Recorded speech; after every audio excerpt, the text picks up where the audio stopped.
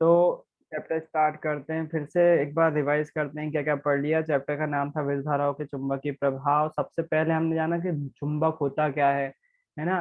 जो कि अपने जैसे चुंबकीय पदार्थों को अपनी तरफ आकर्षित करता है। तो किस बल से करता है, मतलब कोई ना कोई उसमें फोर्स लगा रहा है, वो बल लगा रहा है, तो बोल रहे हैं चुंबकीय क्षेत्र होता है चुंबक के आजू बाजू, जिसके कारण से चुंबक जो है वो, तो चुंबक जो है उस क्षेत्र में जो है वो बल लगा रहा होता है, उसको हम चुंबकीय क्षेत्र बोलते हैं। फिर उसके बाद बात करी कि चुंबकीय क्षेत्र बना कैसे होता है, तो पता चला चुंबकीय क्षेत्र जो है वो चुंबकीय बल रेखाओं से मिलकर बना हुआ रहता है। अच्छा, वो चुंबकीय बल रेखा क्या निर्धारित कर सकते हैं, बना सकते हैं? हाँ बिल्कुल बना सकते हैं, उसको जो है डायग्राम बनाया जा सकता है। चुंबकीय बल रेखा हमने इस तरह से लोहे के चूर्ण से भी बना सकते हैं, और जब हम इसको प्रैक्टिकल से करेंगे तो कंपास के माध्यम से भी हम इसकी बल रेखाओं को इस तरह से बना रहे होंगे। फिर देखा कि चुंबकीय बल रेखाएं जो है उनके कुछ ना कुछ प्रॉपर्टीज होते हैं, गुण होते हैं, कि वो एक दूसरे को कभी प्रतिच्छेद नहीं करती हैं। नॉर्थ बाहर की और जो है वो नॉर्थ से निकलती है, साउथ में विलय हो जाती है अंदर, साउथ से नॉर्थ की तरफ की डायरेक्शन होती है उनकी। फिर उसके बाद जो है वो जहाँ पर घनी होती है वहां पर चुंबकीय क्षेत्र ज्यादा प्रबल होता है, जहाँ इनके बीच स्पेस ज्यादा होता है वहां पर जो है चुंबकीय क्षेत्र कम भी होता है। ये सब चीजें हमने इसके गुण देखे। फिर उसके बाद देखा कि किसी धारावाही चालक में अगर हम विद्युत धारा प्रवाहित करें तो क्या वो चुंबकीय क्षेत्र उत्पन्न कर देता है?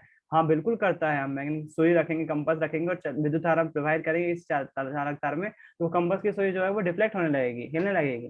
क्यों? क्योंकि चालक तार में क्या हो जाएगा, चुंबकीय क्षेत्र डेवलप हो जाएगा, चुंबकीय क्षेत्र उत्पन्न हो जाएगा। और अगर हम डायरेक्ट धारा की डायरेक्शन चेंज करते हैं तो वो विद्युत धारा की डायरेक्शन चेंज करने से जो उत्पन्न चुंबकीय क्षेत्र होगा वो डायरेक्शन भी चेंज हो जाएगी, है ना। जैसे कि यहाँ पर डायरेक्शन ये थी, तो आप देख रहे हो चुंबकीय सूर्य की डायरेक्शन ऐसी थी और डायरेक्शन चेंज हुई, अब ऐसी कर दी तो डायरेक्शन यहाँ पर चुंबकीय क्षेत्र की डायरेक्शन भी चेंज हो गई। मतलब विद्युत धारा की दिशा पर उसमें उत्पन्न होने वाले चुंबकीय क्षेत्र की, उसके चालक तार के चारों तरफ चुंबकीय क्षेत्र उत्पन्न होगा ना, वो डायरेक्शन किस पर डिपेंड करती है? वो डिपेंड करती है धारा की दिशा पर।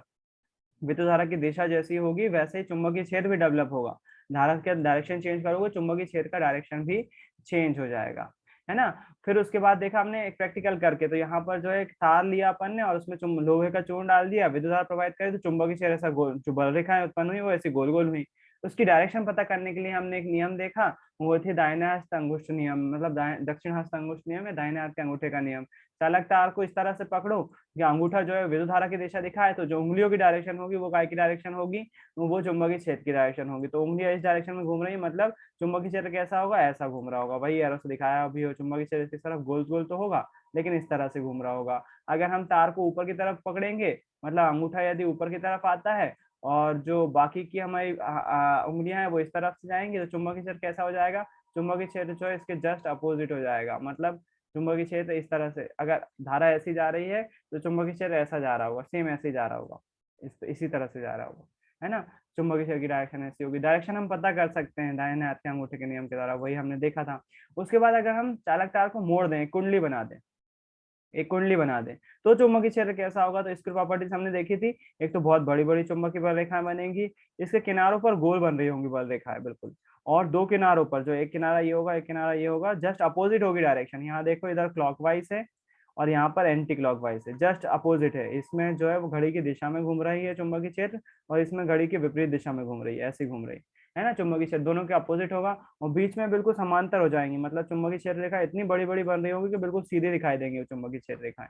तो हमने पहले सीधे चालक तार के कारण से चुंबकीय क्षेत्र देखा, फिर एक कुंडी बना दी, लूप बना दिया, और फिर उसके कारण से चुंबकीय क्षेत्र देखा। बढ़िया है, ये देख लिया। फिर उसके बाद जो है हमने क्या करा, एक परिनालिका बनाई। परिनालिका किसको बोलते हैं? किसी विद्युतरोधी बेलन पर जो है, मतलब विद्युतरोधी बेलन पर या फिर कुछ अलग बेलन पर जो है तांबे के तार को लपेट कर, विद्युतरोधी तांबे के तार को लपेट कर परिनालिका बनाई जाती है। और ये परिनालिका एक तरह से चुंबक की भांति काम करती है। इसके आजू बाजू चुंबकीय क्षेत्र इस प्रकार से बल रेखाएं बन सकती है, और इसके बीच में बिल्कुल पैरेलल होंगी बल रेखाएं, बिल्कुल समांतर होंगी, है ना। ये होती है परिनालिका। फिर उसके बाद क्या होता है, इसके बाद बात करते हैं कि अगर हम किसी चुंबकीय क्षेत्र में हम क्या रखें, किसी चालक तार को रखें और उसमें विद्युत धारा प्रवाहित करवाएं, तो विद्युत धारा प्रवाहित करवाने पर उसमें बल आरोपित होता है। और वो बल की दिशा जो है वो हमको एक नियम के द्वारा पता चलती है, जिसे हम फ्लेमिंग के बाएं हाथ का नियम बोलते हैं। फ्लेमिंग के बाएं हाथ का नियम बोलते हैं। और उसी पर जो है हमने बात करी कि वो कैसे जो है वो फ्लेमिंग के बाएं हाथ का नियम किस तरह से काम करता है। तो सबसे पहले तो ये वाला प्रैक्टिकल देखा था कि कैसे उस पर बल आरोपित होता है, उसके बाद हमने देखा कि फ्लेमिंग के बाएं हाथ का नियम क्या होता है। फ्लेमिंग के बाएं हाथ का नियम बोलता है अगर बाएं हाथ की अंगूठी बाएं हाथ की उंगलियों को इस तरह से फैलाए कि जो तर्जनी वो चुंबकीय क्षेत्र को दिखाए, मध्यमा विद्युत धारा को दिखाए, तो अंगूठा क्या दिखाएगा, बल दिखाएगा। चुंबकीय क्षेत्र ऐसा जा रहा है, विद्युत धारा मेरी तरफ जा रही है, तो बल कहाँ लगेगा, ऊपर की तरफ। चुंबकीय क्षेत्र ऐसा है, धारा इस साइड जा रही है, तो बल कहाँ लगेगा, ऊपर की तरफ। उल्टा भी पॉसिबल है, कैसा भी हाथ आप जो है वो चुंबकीय क्षेत्र के आधार पर कर सकते हो। उसी को हम क्या बोलते हैं, फ्लेमिंग के बाएं हाथ का नियम। क्यों? क्योंकि ये तीनों एक दूसरे के प्रति कितने डिग्री का कोण बना रहे हैं, 90 डिग्री का कोण बना रहे हैं। ये चीज हमने सीखी थी कि इन दोनों के बीच 90 डिग्री का कोण है, इन दोनों के बीच 90 डिग्री का कोण है, और इन दोनों के बीच भी 90 डिग्री का कोण है। तो आप समझ रहे होंगे, है ना। तीनों एक्सिस के बीच जो है वो 90 डिग्री का कोण बनता है, जो कि हमने बात करी थी। और इसी आधार पर जो हमने एक नया महत्वपूर्ण कॉन्सेप्ट पढ़ा, विद्युत मोटर का कॉन्सेप्ट। विद्युत मोटर के कॉन्सेप्ट में हमने सबसे पहले तो डायग्राम बनाया, डायग्राम के बाद इसके प्रमुख भागों की चर्चा करी, उसके सिद्धांत की चर्चा की, प्रिंसिपल की चर्चा करी। और प्रिंसिपल में हम क्या लिखते हैं, सिद्धांत में क्या लिखते हैं, यदि किसी धारावाही चालक को किसी चुंबकीय क्षेत्र के बीच में रख दिया जाए, यदि किसी धारावाही चालक को, ये धारावाही चालक है, कुंडली है, धारावाही चालक को किसी दो चुंबकीय क्षेत्र के बीच में रख दिया जाए और उसमें विद्युत धारा प्रवाहित की जाए, तो इस पर एक बल लगेगा, जो कि इस तार को क्या कर देगा, अपनी स्थिति से मोड़ देगा या फिर हिला देगा, मूव कर देगा, गति प्रोवाइड कर देगा। और उसी गति के कारण से ये घूमने लगेगा। और जो है विद्युत मोटर का कॉन्सेप्ट यही है, सिद्धांत यही है। धारा पर जो चालक तार रखा रहता है उस पर एक बल आरोपित होता है, यही विद्युत मोटर का सिद्धांत है। चुंबकीय क्षेत्र में कोई धारावाही चालक रखा हुआ है और उसमें हम विद्युत धारा प्रवाहित करते हैं, तो उस पर एक बल आरोपित हो जाता है, और यही विद्युत मोटर का सिद्धांत है। उसके बाद प्रमुख भाग कौन कौन से हैं, पहला है क्षेत्र चुंबक, एनएस। क्षेत्र चुंबक जो है स्थायी चुंबक होते हैं, और प्रैक्टिकली इसकी जगह हम विद्युत चुंबक का उपयोग कर रहे होते हैं। विद्युत चुंबक क्या होंगे, तार के द्वारा बनाए होंगे, तार को एक लपेट कर कुंडली बनाई हुई होगी, और उसमें विद्युत धारा प्रवाहित करेंगे तो चुंबकीय क्षेत्र डेवलप कर देगी वो। पंखे में देखेंगे इस परमानेंट मैग्नेट को, अपन पंखे में देखेंगे क्यों, देख लेते हैं अभी थोड़ी देर में। और बीच में जो है वो कुंडली रखी रहती है, उसमें विद्युत धारा प्रवाहित करने पर जो है वो कुंडली घूमने लगती है। और इस तरह के हमने कई मॉडल भी देखे किस तरह से काम कर रहे होते थे। कुंडली क्या होती है, कुंडली के बारे में बात करें यदि, तो नर्व लोहे के फ्रेम पर विद्युत रोधी तार, तांबे के विद्युत रोधी तार को लपेट कर जो है कुंडली आर्मेचर बनाई जाती है, जो कि अपने अक्ष रहता है बीच में। ये जो पाइप लगा हुआ रहता है ना, ये पीछे तक जाता है, और इस पर कुंडली जो है वो घूमती रहती है, रोटेट होती रहती है। तो अपनी धुरी पर भी बोल सकते हैं, कुंडली अपनी धुरी पर घूमती रहती है। तो मेन है इसके नर्म लोहे के फ्रेम पर तांबे के विद्युत रोधी तार को लपेट कर एक कुंडली बनाई जाती है, जो कि अपनी दूरी पर घूमती रहती है। बढ़िया, ये कुंडली बात हो गई। फिर उसके बाद आ जाते हैं स्प्लिट रिंग, यानी कि विभक्त वलय। तो विभक्त वलय के बारे में हम क्या लिखते हैं, विभक्त वलय के बारे में हम लिखते हैं धातु के एक वलय को काटकर दो विभक्त वलय बनाए जाते हैं, जो कि कुंडली के सिरों पर जुड़े हुए रहते हैं और कुंडली के साथ साथ घूम भी रहे होते हैं। ये विभक्त वलय के बारे में लिखेंगे हम। उसके बाद होते हैं ब्रश, एक्स और वाई लिखे हुए हैं, आप B1 B2 भी लिख सकते हो, कुछ भी लिख सकते हो आप, जरूरी नहीं बुक को ही फॉलो करो। तो दो ब्रश होते हैं, वो ब्रश क्या करते हैं, बाहर से विद्युत धारा को, पहले ये ब्रश घूमते नहीं है, ये जुड़े हुए नहीं रहते, ये अलग रहते हैं, और विद्युत धारा इसमें से होती हुई स्प्लिट रिंग से होती हुई कहाँ पहुंचती है, कुंडली में पहुंचती है। तो जो ब्रश हैं वो एक तरह से संपर्क प्रोवाइड करते हैं, कॉन्टेक्ट प्रोवाइड करते हैं विद्युत धारा को कुंडली में जाने के लिए, है ना। वो ब्रश घूमते नहीं है, ब्रश फिक्स रहते हैं। विद्युत धारा ब्रश से होते हुए स्प्लिट रिंग में जाती है, और स्प्लिट रिंग से होती हुई इस कुंडली में जाती है, और वापस एक सर्किट पूरा करती है, जिसके कारण से विद्युत धारा लगातार बहती रहती है। अब उसके बाद कार्यविधि की चर्चा करी, तो कार्यविधि में क्या होता है, सबसे पहले एक आर्मेचर को दो क्षेत्र चुंबक के क्षैतिज की अवस्था में रखते हैं। फिर उसके बाद जो है विद्युत धारा प्रवाहित की जाती है। तो पहले बारे में विद्युत धारा जो है वो ब्रश एक्स से, आप यहाँ पर B1 भी यूज कर सकते हो, ब्रश एक्स से होते हुए स्प्लिट रिंग P में जाती है, और P से होते हुए यहाँ जाती है, जिसके कारण से भुजा AB पर एक बल आरोपित होता है। आप उसकी उस बल की दिशा हम फ्लेमिंग के बाएं हाथ के नियम से ज्ञात कर सकते हैं। इस स्थिति में बल कैसा होगा, N से S की तरफ चुंबकीय क्षेत्र ऐसा होगा, विद्युत धारा जो है वो अंदर की तरफ बह रही है, और बल कहाँ लगेगा, नीचे की तरफ। यहाँ पर जो बल आरोपित होगा वो नीचे की तरफ होगा, AB को नीचे की तरफ लगेगा, तो CD पे बल कहाँ लगेगा, ऊपर की तरफ लगेगा। और ये जो है CD वाला पोर्शन इधर जाएगा, AB वाला घूमकर इधर जाएगा, तो फिर आधा चक्कर पूरा कर लेगी कुंडली। इस तरह से आधा चक्कर पूरा हो जाएगा। फिर उसके बाद क्या होगा, फिर जो है वो डायरेक्शन बदल जाएगी, करंट की डायरेक्शन चेंज हो जाएगी। सीडी जब इधर रहेगा तो करंट की डायरेक्शन जो है वो इस साइड जा रही, पहले यहाँ पर कैसी थी, सीडी में नीचे की तरफ थी, अब जो पहले AB की डायरेक्शन थी वो CD की हो जाएगी, और जो सी डी की थी वो अब ए बी की हो जाएगी। तो सी डी पर जो है, जब सी डी इधर आ जाएगा, सी डी यहाँ पर आ जाएगा, जब अगले केस में सी डी यहाँ आ जाएगा, ए बी जो है वो आ जाएगा अगले केस में, दूसरे अर्धचक्र में ए बी घूम के इधर आ गया ना, सी डी इधर आ गया, तो सी डी पर जो है वो नीचे की तरफ बल लगेगा और इस पर जो है ऊपर की तरफ बल लगेगा। फिर से एक चक्कर घूम जाएगी और फिर से यहाँ पर ए बी आ जाएगा और सी डी आ जाएगा। इस तरह से कुंडली लगातार अपनी जगह पे घूमती रहेगी और जो है हमको मोटर के रूप में हमको एक इंस्ट्रूमेंट मिल जाएगा। उस घूमने को हम यूज कर सकते हैं पंखा घुमाने में, मिक्सर घुमाने में, या सीडी प्लेयर की जो बीच वाला एरिया होता है उसको घुमाने के लिए, वो हम आसानी से उसको घूमने में यूज कर सकते हैं। तो ये चीज थी विद्युत मोटर के बारे में। यहाँ पर जो है वो दिक् परिवर्तक के बारे में एक बात आई है और इस पर जो है वो क्वेश्चन भी आता है, क्वेश्चन भी आता है इस पर। इसके बारे में दिक् परिवर्तक क्या होता है लिखना ही पड़ेगा। वह युक्ति जो परिपथ में विद्युत धारा के प्रभाव को उत्क्रमित कर देती है, अर्थात उत्क्रमित कर देती है मतलब पलट देती है, जस्ट विपरीत कर देती है। तो आपने देखा था अगर हम दिक् परिवर्तक यूज नहीं करेंगे तो कुंडली पहले ऐसे घूमेगी फिर ऐसे घूम जाएगी। अगर दिक् परिवर्तक यूज नहीं करेंगे तो धारा की दिशा एक जैसी बदलती रहेगी। पहली बात तो ये दिक्कत जाएगी कि इससे जुड़े हुए तार जो है वो, अगर आप सोच लो 2 सिरों से तार जुड़े हुए रहेंगे और कुंडली घूमेगी तो वो तार मुड़ जाएंगे तो एक समय ऐसा आएगा कि टूट जाएंगे, अलग हो जाएंगे। और हमने मान लो कर भी लिया कुछ व्यवस्था ऐसी कि तार मुड़ रहा है उसके बाद में नहीं कर रहा है, तो कुंडली ऐसी घूमेगी, पहले चक्कर में ऐसी घूमेगी, फिर ऐसी घूमेगी, ऐसी घूमेगी, ऐसी घूमेगी, पूरा एक राउंड नहीं कर पाएगी जब दिक् परिवर्तक नहीं होंगे, दिशा परिवर्तित करने वाले नहीं होंगे। दिक् परिवर्तक क्या करते हैं, करंट की डायरेक्शन जो है वो चेंज कर देते हैं। करंट की डायरेक्शन कैसे चेंज की हुई है, यहाँ पर देखो आप, पहले जो है वो पहले राउंड में करंट की डायरेक्शन यहाँ पर आपको दिखेगी। ए बी में जो डायरेक्शन थी वो ऊपर की तरफ थी, करंट ऐसा जा रहा था, और सी डी में नीचे की तरफ थी। अगले चक्र में सी डी इधर आ जाएगा, सी डी इधर आ जाएगा और ए बी यहाँ आ जाएगा।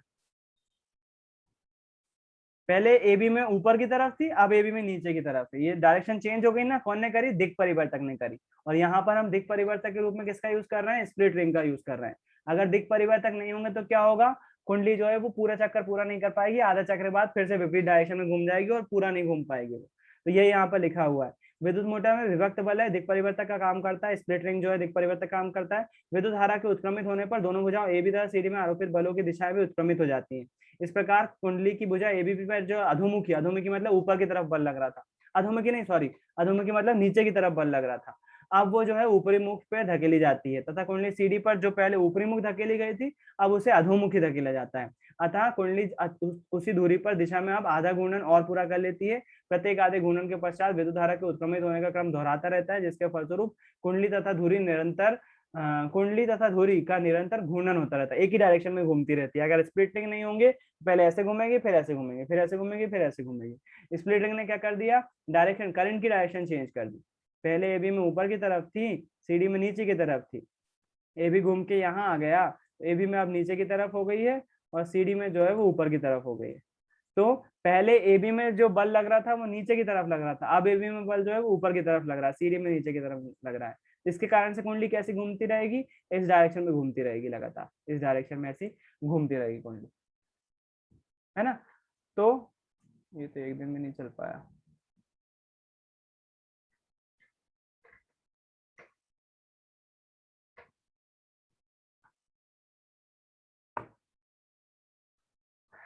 तो मेरे ख्याल से आपको समझ में आया होगा कि किस तरह से विद्युत मोटर काम करती है। एक और पोर्शन लिखा हुआ है यहाँ पर, तो आपको याद रखना है, ऑब्जेक्टिव में पूछ सकता है, दिक् परिवर्तक की तरह मोटर में कौन यूज करते हैं, तो विभक्त वलय यूज किए जाते हैं। विभक्त वलय जो है वो दिक् परिवर्तक का काम कर रहे होते हैं।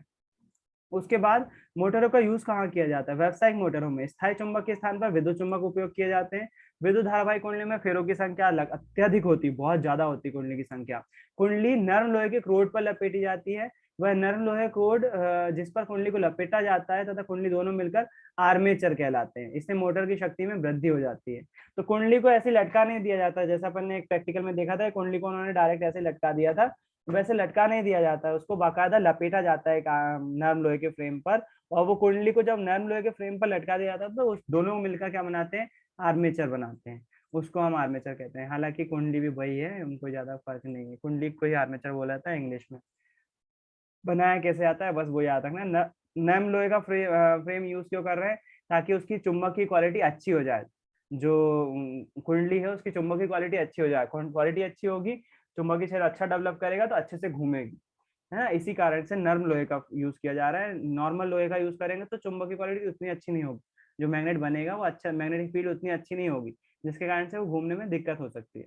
इसी कारण से जो है नर्म लोहे का फ्रेम जो है वो यूज किया जा रहा है। अच्छा, आज जो बात करना है मुझे वो एसी मोटर आपके में नहीं है, ये डीसी मोटर थी। आज सबसे पहले तो हम एसी और डीसी में अंतर समझ लेते हैं, क्योंकि बहुत बार ये रिपीट हो रहा है। एसी और डीसी में अंतर क्या होते हैं और दोनों के सिंबल क्या होते हैं उस पर बात कर लेते हैं। यहाँ देखो आपको ये बैटरी दिख रही है, तो हमने जो है ये जो मोटर पड़ी हुई है ये डीसी मोटर है, डीसी मोटर है। दो तरह की करंट होते हैं, एक होता है डीसी और एक होता है एसी। दोनों करंट के बारे में बात करते हैं एक बार। दोनों करंट के बारे में क्या होता है अंतर, उस क्योंकि बहुत दिनों से एसी डीसी चल रहा है कि क्या होता है क्या नहीं होता। दोनों में आज हम अंतर देख ही लेते हैं कि दोनों में डिफरेंस क्या होता है। बहुत सिंपल सा डिफरेंस है, अपन जबरन में इतने दिनों से टाल रहे थे। मैं चाह रहा था कि चैप्टर में आ जाए, चैप्टर में आ जाए। खैर, अब वो पढ़ाने वाली बात आ गई, डीसी और एसी में अंतर क्या होता है। करंट जो है दो तरह के होते हैं, डायरेक्ट करंट और दूसरा होता है अल्टरनेटिव करंट। डायरेक्ट करंट और दूसरा होता है अल्टरनेटिव करंट।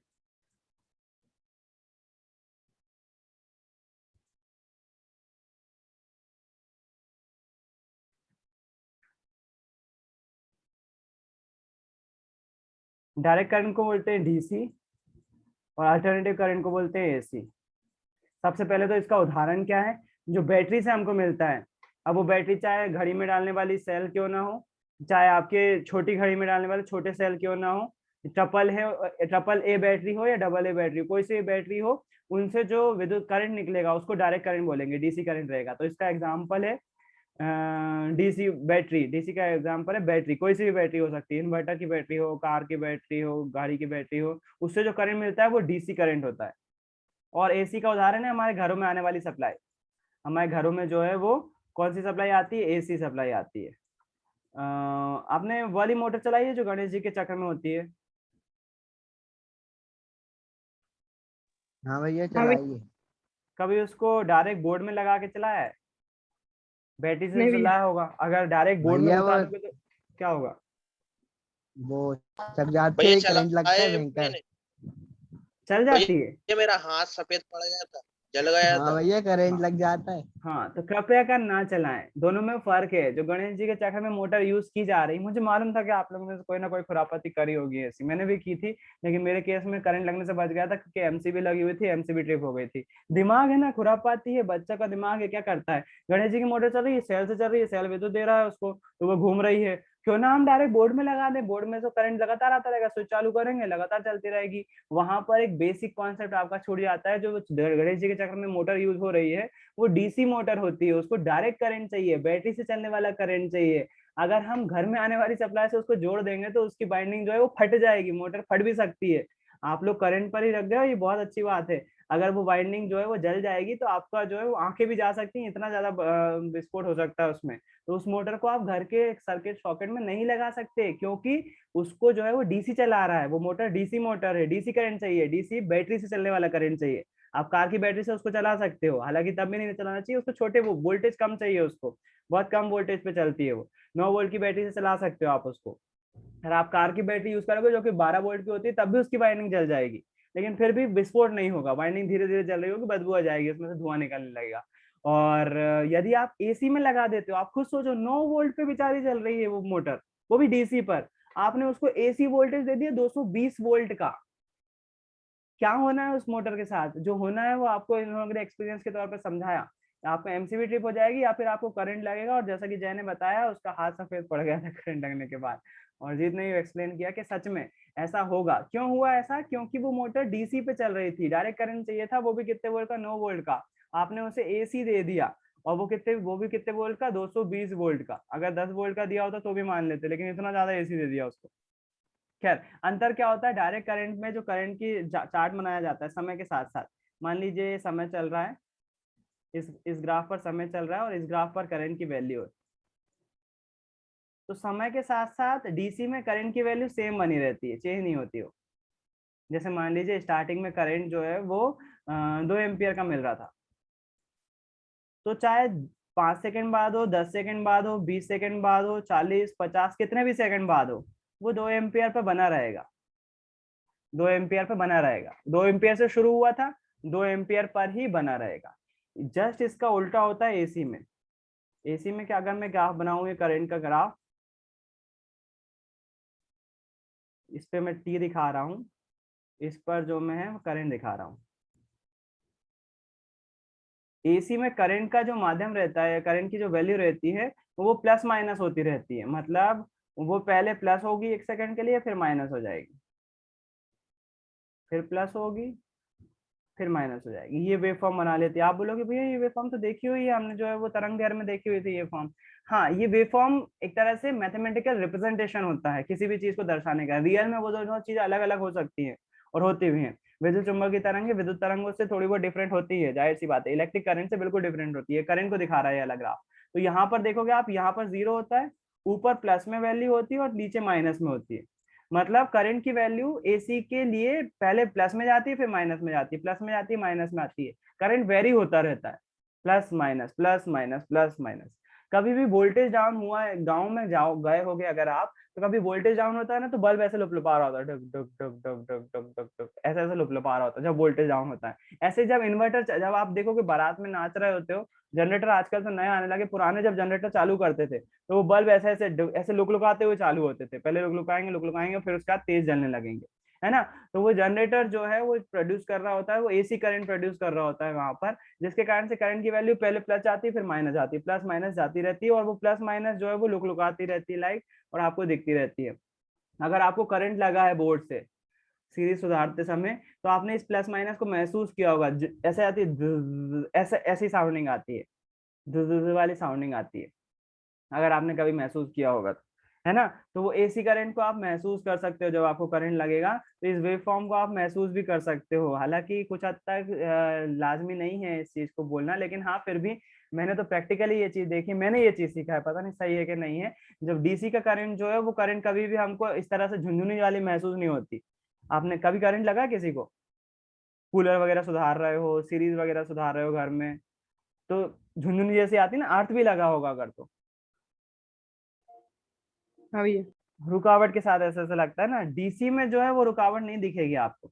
डीसी में मक्खन की तरह जो है वो एक आपका हाथ काट सकता है। डीसी में एक कटर बनाते हैं डीसी के बेस पर, एक तार ऐसा लिया, उसको जो है वो लकड़ी पर ऐसा बांध दिया, और इस तार में जो है इसका कनेक्शन जो है एक बैटरी से कर दिया,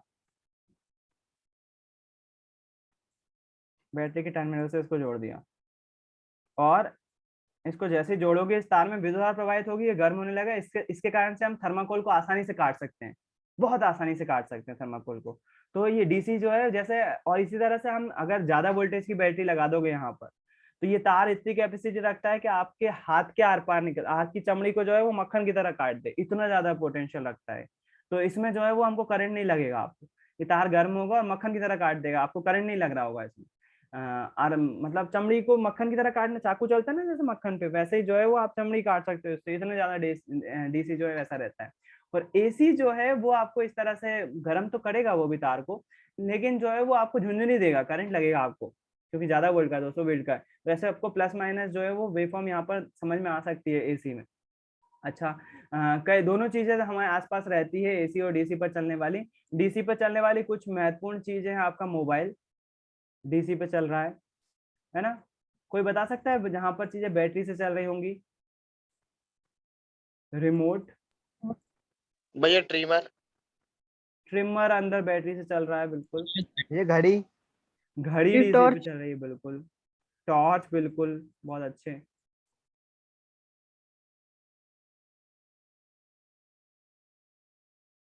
भैया गाड़ी। गाड़ी डीसी पर चल रही है, और बिल्कुल सही। Laser light. हाँ, लेजर लाइट, ये भी सही है। लेजर लाइट जो लेजर पॉइंटर है, वो भी जो है वो डीसी पर ही चल रहा है, आज ही आपने देखा। लेजर पॉइंटर भी उसी पे चल रहा है। आवाज भैया क्लियर नहीं आई। लैपटॉप। लैपटॉप डीसी पे चल रहा है, बहुत बढ़िया। लेकिन आप बोलोगे हम तो लैपटॉप का चार्जर एसी में लगाते हैं, फिर डीसी पे कैसे चल रहा है वो? लैपटॉप का चार्जर आप एसी सॉकेट में लगाते हो ना, घर के सॉकेट में, फिर वो डीसी पे कैसे चल रहा है? और आप बिल्कुल सही हो, डीसी पर ही चल रहा है वो। तो जो एडेप्टर लगाते हो आप, जो लैपटॉप चार्ज करने का रहता है, वो एसी को डीसी में कन्वर्ट करता है। पहले 9 वोल्ट की डीसी में कन्वर्ट करता है, 9 या 12 लैपटॉप पे डिपेंड करता है वो। पहले वो एसी को कन्वर्ट करता है डीसी में और उसको चार्ज करता है लैपटॉप को, तो डीसी पर ही चल रहा है लैपटॉप। इवन तो मोबाइल भी, मोबाइल का जो एडेप्टर लगाते हैं हम चार्ज होने के लिए, जिसको हम चार्जर बोलते हैं, एडेप्टर को चार्जर बोलते हैं, वो एसी को डीसी में कन्वर्ट करता है, तब जाके मोबाइल चार्ज होता है। और इस चीज को आपको समझना पड़ेगा। हम जो एडेप्टर लगाते हैं या चार्जर लगाते हैं वो किस किस लिए है, वो 220 वोल्ट को कन्वर्ट करता है, 220 वोल्ट एसी को, 220 वोल्ट एसी को कन्वर्ट करता है 5 वोल्ट डीसी में। वो चार्जर इसलिए ज्यादा इंपॉर्टेंट है। कभी आप लोगों ने मोबाइल चार्ज नहीं किया वैसे, जैसे मोटर चलाई उससे डायरेक्ट मोबाइल में लगाने पर? कभी ऐसा दिमाग नहीं चला? मेरा चला था। और मोबाइल मैंने नहीं किया है खराब, लेकिन मेरा चला था, लेकिन मैंने खराब होने से बच गया, पता नहीं मोबाइल कैसे भी, थोड़ा सा दिमाग चला लिया मैंने। पहले वो जो मोबाइल आते थे कीपैड वाले, उसमें एक चार्जर आता पिन पॉइंट वाला, ऐसे गोल वाला रहता था। वो चार्जर कभी टूट गया तो चार्जर टूट गया तो चार्ज नहीं होगा फोन। मैंने बीच में से काटा, उसके तार देखे 2 तार थे। मैंने बोला सही है यार, चार्जर हम बोर्ड में लगा रहे हैं, तार ही तो टूटा है, अगर इसको डायरेक्ट लगा देंगे तो चल जाना चाहिए। अगर आप थोड़ा बहुत भी नॉलेज रखते होगे ना इलेक्ट्रिक का, तो आप समझ जाओगे चार्जर क्या कर रहा है। हमारे घर में एसी आ रही है, एसी सप्लाई आ रही है, उस एसी को कन्वर्ट कर रहा है पहले डीसी में, तब वो पिन में दे रहा है, और पिन को छूने पर आपको करंट नहीं लग रहा है। अगर आप डायरेक्ट सॉकेट को हाथ लगाओगे तो करंट लग जाएगा।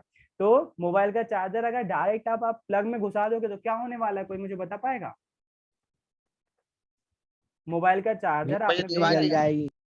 अच्छा, दिवाली मन जाएगी, बिल्कुल सही है। वो मोबाइल फट जाएगा, बैटरी फट जाएगी, सॉकेट जो है मोबाइल फट सकता है आपका। क्यों? क्योंकि वो 5 वोल्ट डीसी पे चार्ज हो रहा है, और आप उसको कितना वोल्टेज दे रहे हो, 220 वोल्ट एसी दे रहे हो। तो वो मोबाइल देखो 220 वोल्ट एसी दे रहे हो आप उसको, जबकि उसको चाहिए कितना, 5 वोल्ट डीसी। तो ये काम कौन करके देता है हमको, एडाप्टर या चार्जर करके देता है। और इसी चार्जर का यही काम है, एसी को डीसी में कन्वर्ट करना, वो भी वोल्टेज भी गिराना, वोल्टेज 220 से 5 वोल्ट कर देना, और साथ साथ एसी को काम कन्वर्ट कर देना डीसी में। इसीलिए जो है वो आप डायरेक्ट नहीं लगा सकते सॉकेट में चार्जर, मोबाइल को खराब हो जाएगा, फट जाएगा, है ना, कभी चालू ही नहीं होगा, फिर टाटा बाय बाय हो जाएगा उसका। तो इसको याद रखेंगे आप। एसी और डीसी में मेन अंतर क्या है? एसी और डीसी में सबसे पहले तो परिभाषा आ जाती है, डीसी में करंट की वैल्यू सेम बनी रहती है हमेशा, थ्रू आउट द टाइम, जब तक आप सप्लाई दे रहे हो तब तक जो है डीसी की वैल्यू सेम बनी रहेगी, करंट की वो चेंज नहीं होगी समय के साथ। हाँ, बैटरी पे डिपेंड करता है, बैटरी अगर धीरे धीरे स्लो हो जाएगी तो करंट की वैल्यू स्लो होती जाएगी, कम होती जाएगी, 2 से जो है वो गिरती जाएगी, ऐसी होती जाएगी। लेकिन सेम बनी रहेगी, प्रैक्टिकली ऐसा होता है, बैटरी धीरे धीरे कम होती जाएगी तो करंट की वैल्यू गिरती जाएगी। लेकिन एसी में तो हर हर सेकंड बाद साइकिल बदलता है, ये ऐसा होते जाता है ना। और देखना, आपने वो पढ़ी, तरंगे पढ़ी है, यहाँ से लेकर यहाँ तक एक साइकिल पूरा होता है ना, प्लस माइनस। हमारे घर में जो सप्लाई आती है ना, वो कितनी होती है, 50 हर्ट्ज की होती है, याद होगा शायद आपको। आवृत्ति जो है उसकी 50 हर्ट्ज होती है हमारे घरों में आने वाली सप्लाई की। मतलब एसी की इतनी बड़ी एक वेव फॉर्म, करंट की इतनी बड़ी वेव फॉर्म इधर से लेकर इधर तक, 1 सेकंड में इस तरह की 50 वेव फॉर्म निकल जाती हैं इस पॉइंट से। मान लो ये मूव कर रही है, अगर मैंने यहाँ पर इस ये वाला पॉइंट लगा दिया, यहाँ पर फिल्टर लगा दिया, ये वेव फॉर्म इधर से जा रही, नई वेव फॉर्म आती जा रही, थोड़ा सा इमेजिन करना पड़ेगा आपको, ये इधर से निकलती जा रही है, आती जा रही, इस तरह की 50 वेव फॉर्म निकल जाएंगी 1 सेकंड में। एसी इतना स्ट्रांग होता है। अगर ये फ्रिक्वेंसी कम होती है, ये फ्रिक्वेंसी कम होती है, तो आपके घर में जो बल्ब जल रहा है ना, वो लुकलुकाने लगेगा उस फ्रिक्वेंसी के आधार पर, उस फ्रिक्वेंसी के आधार पर वो लुकलुकाने लगेगा, है ना। जैसे मान लीजिए कई बार ऐसा होता भी है, मैंने बताया आपको जनरेटर के केस में भी, जब जनरेटर चालू किया जाता है तब जो है आप गाँव में देखना, जनरेटर जैसे चालू करेंगे वो डीजल वाला, अभी लेटेस्ट वाले तो थोड़े से एडवांस आने लगे, इन्वर्टर जैसी चीजें जो है बहुत ज्यादा स्ट्रांग है, वो तुरंत बैटरी का सप्लाई देती हैं। लेकिन जो जनरेटर आते थे स्टार्टिंग में चालू होते थे, तो वो आप अगर बल्ब लगाए रखो ना, बल्ब ऐसे ऐसे स्टार्ट होते जो है वो लुकलुकाते हुए जो स्टार्ट हो रहे होते थे। एक एग्जांपल देता हूँ फ्रिक्वेंसी का, वीडियो दिख जाए तो अच्छा है वाला।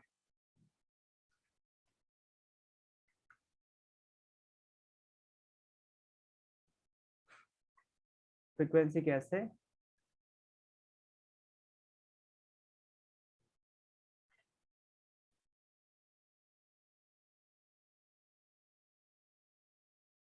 अरे ये बहुत बड़े बड़े प्रैक्टिकल है।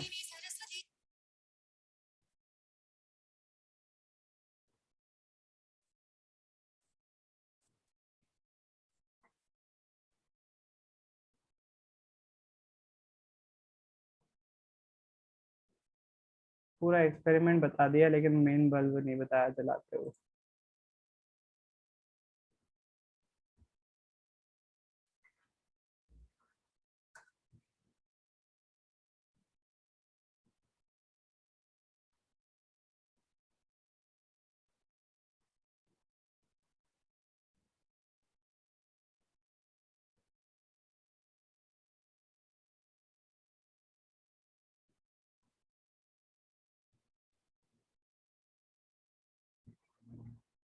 कोई ने भी इतना सिंपल सा प्रैक्टिकल नहीं किया हुआ है क्या फ्रीक्वेंसी को कंट्रोल करने का?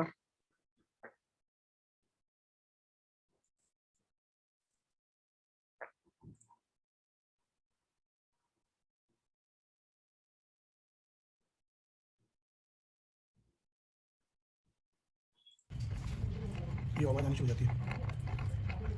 ये okay so this is very easy, you just adjust the हाँ screws on both the sides so that it वो एसी की फ्रीक्वेंसी बता रहे हैं, वो वाइब्रेशन जो है वो vibrates हो रहा है। and then you tight this so that you can just have the maximum vibrations and then अच्छा you can see bulb there का is a नहीं vibration दिखाया and उन्होंने। frequency can be calculated. This is now vibrating. As you change the weight, this weight will change, so this will go in more उन्होंने धागों से बांध दिया है कुछ चीज को, तो वो हिल रही है ना जो चीज, ये फ्रीक्वेंसी को दिखा रहा है कि फ्रीक्वेंसी vibration. किस So you know तरह the से frequency there, what काम is the कर distance रही है। and what is the weight. You just make एक the सेकंड में calculation 50 and then round you full do हो the जा रहा experiment. है, यहाँ You see पर the जो है वो experiment very बल्ब easy. जलता Please हुआ visit our दिख website हम्म। खैर यहाँ पर जो है ज्यादा एक्सपेरिमेंट नहीं है, फ्रीक्वेंसी डिटेक्ट करी हुई है। ऐसी फ्रीक्वेंसी ऐसी फ्रीक्वेंसी स्लो,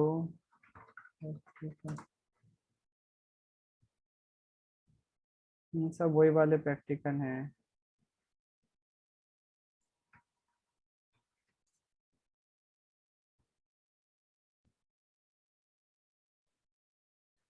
खैर फ्रीक्वेंसी के बहुत सारे वीडियो पड़े हुए हैं लेकिन प्रैक्टिकल वीडियो मुझे यहाँ पर दिख नहीं रहा है। यहाँ पर हियरिंग टेस्ट कुछ पड़े हुए हैं, बहुत अच्छे हैं, वो देखिएगा आप। कौन सी फ्रिक्वेंसी हम सुन सकते हैं, लेकिन यहाँ पर कुछ दिख नहीं रहा है मुझे यहाँ पर फ्रिक्वेंसी कंट्रोल के लिए। खैर ठीक है। आप लोग जो है वो जनरेटर जब स्टार्ट होता है तो बल्ब धीरे धीरे ऐसे लुकलुका रहा होता है, तो फ्रिक्वेंसी पहले स्लो रहती है, एक सेकंड में कम वेवफॉर्म ज्यादा देती है, जब ज्यादा देर चलने लगता है। और आपको ये देखकर हैरानी होगी या देखकर जो है वो थोड़ा सा अचंबा होगा या सुनकर अचंबा होगा, ये जो बल्ब जल रहा है ना, वो एसी फ्रिक्वेंसी पे उसको पहले ज्यादा तेज मिल रही है और फिर मत कम हो जा रही है। अगर हम फ्रिक्वेंसी को थोड़ा सा कम कर दें ना, तो ये ऐसा ऐसा जलने बुझने लगेगा। जो सीरीज बनाई जाती है ना, जो दिवाली पे चल रही होती है, वो फ्रिक्वेंसी को कंट्रोल करके ही बनाई जाती है। उनको अगर चलाना है तो वो इस तरह से बना देते हैं कि जल बुझ ना करना है यदि, तो फ्रिक्वेंसी को कंट्रोल कर देंगे, थोड़ा सा फ्रिक्वेंसी कम कर दो उसकी, तो क्या हो जाएगी, वो जल बुझने लगेंगी। अगर फ्रिक्वेंसी और कम कर दो, धीरे धीरे जल रही होंगी, धीरे धीरे बुझ रही होंगी। अगर बहुत ज्यादा तेज करोगे तो ऐसे ऐसे जल रही होंगी, बहुत जल्दी जल्दी जल रही होंगी। और अगर फुल फ्रिक्वेंसी पे कर दो तो कंटिन्यूअस जलती रहेंगी, लगातार बल्ब हमको जलता हुआ दिखने लगेगा। पता नहीं आपको कहाँ तक समझ में आ रहा है, लेकिन ऐसा है ना। अगर वही मिल जाए तो ये अच्छा है, ऐसी फ्रिक्वेंसी सीरीज प्रैक्टिकल।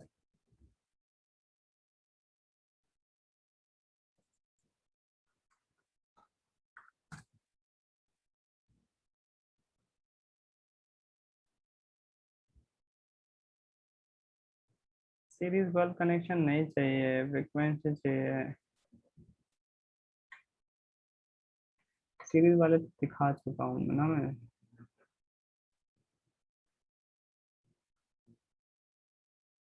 खैर चलो मैं देखता हूँ दूसरा अगर मिल जाता है तो।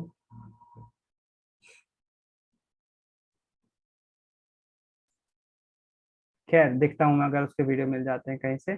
तो मेरे ख्याल से थोड़ा बहुत समझ में आ रहा होगा एसी और डीसी में फर्क क्या है ना। एसी में जो है वो करंट वेवफॉर्म जो है वो चेंज होती रहती है, प्लस माइनस होती है। और डीसी में जो है करंट जो है वो सेम बना रहता है, अगर पॉजिटिव है 2 एम्पियर का तो थ्रू आउट द सर्किट, जब तक हम सर्किट में करंट दे रहे हैं वो थ्रू आउट द टाइम जो है वो एक ही लेवल पर जो है वो मेंटेन रहेगा। उदाहरण मैंने दिया आपको, एसी में जो है वो जब फ्रिक्वेंसी कम हो जाएगी, वोल्टेज लो हो जाएगा, तो बल्ब ऐसे लुकलुका रहा होगा, कम मद्दा तेज हो रहा होगा, फ्रिक्वेंसी क्योंकि कम हो जाती है। और फ्रिक्वेंसी का मतलब क्या होगा, ये इतनी वेव फॉर्म यहाँ से लेकर यहाँ तक की वेव फॉर्म जो है वो 1 सेकंड में 50 बार जा रही होंगी, इतनी स्पीड से निकल रही होंगी, सोचो आप 50 बार निकल रही होंगी। इसलिए हम जो बोलते हैं घर में 50 हर्ट्ज आवृत्ति की एसी सप्लाई आती है, घरों में आने वाली सप्लाई जो है वो एसी होती है। मेन अंतर क्या है, मेन डेफिनेशन का अंतर ये है कि करंट की वैल्यू चेंज होती है, करंट की वैल्यू सेम रहती है डीसी में, इसमें करंट की वैल्यू प्लस माइनस होती रहती है। एग्जाम्पल याद रखोगे, किससे मिलता है, बैटरी से मिलता है, ये घरों में होने वाली सप्लाई होती है। और कहाँ यूज करते हैं उसका नाम लिखोगे यहाँ पर, और इसका कहाँ पर यूज करते हैं हम, एसी सप्लाई का कहाँ पर यूज करते हैं, कोई चीजें ऐसी बता सकते हो जिसमें एसी काम हो रही हो, एसी पर काम चल रहा हो। कूलर, पंखा। जी बिल्कुल, कूलर, पंखा, मिक्सर, माइक्रोवेव, ओवन, ये सब चीजें जो है वो एसी पर चल रही हैं, घरों में जितनी भी चीजें चल रही हैं, इवन तो टीवी भी जो है वो एसी पर चल रही होती है। तो आपको एग्जांपल याद रहेंगे। आई होप एसी और डीसी में अंतर समझ में आ गया होगा। अब हम देखते हैं, अगर हम इस मोटर को एसी पर चलाएं तो हमारे साथ क्या परेशानी जाती है और वैज्ञानिकों ने उसको कैसे सुलझाया, देखते हैं। एक बार फिर से ज्वाइन करो ताकि अपन देख सकें।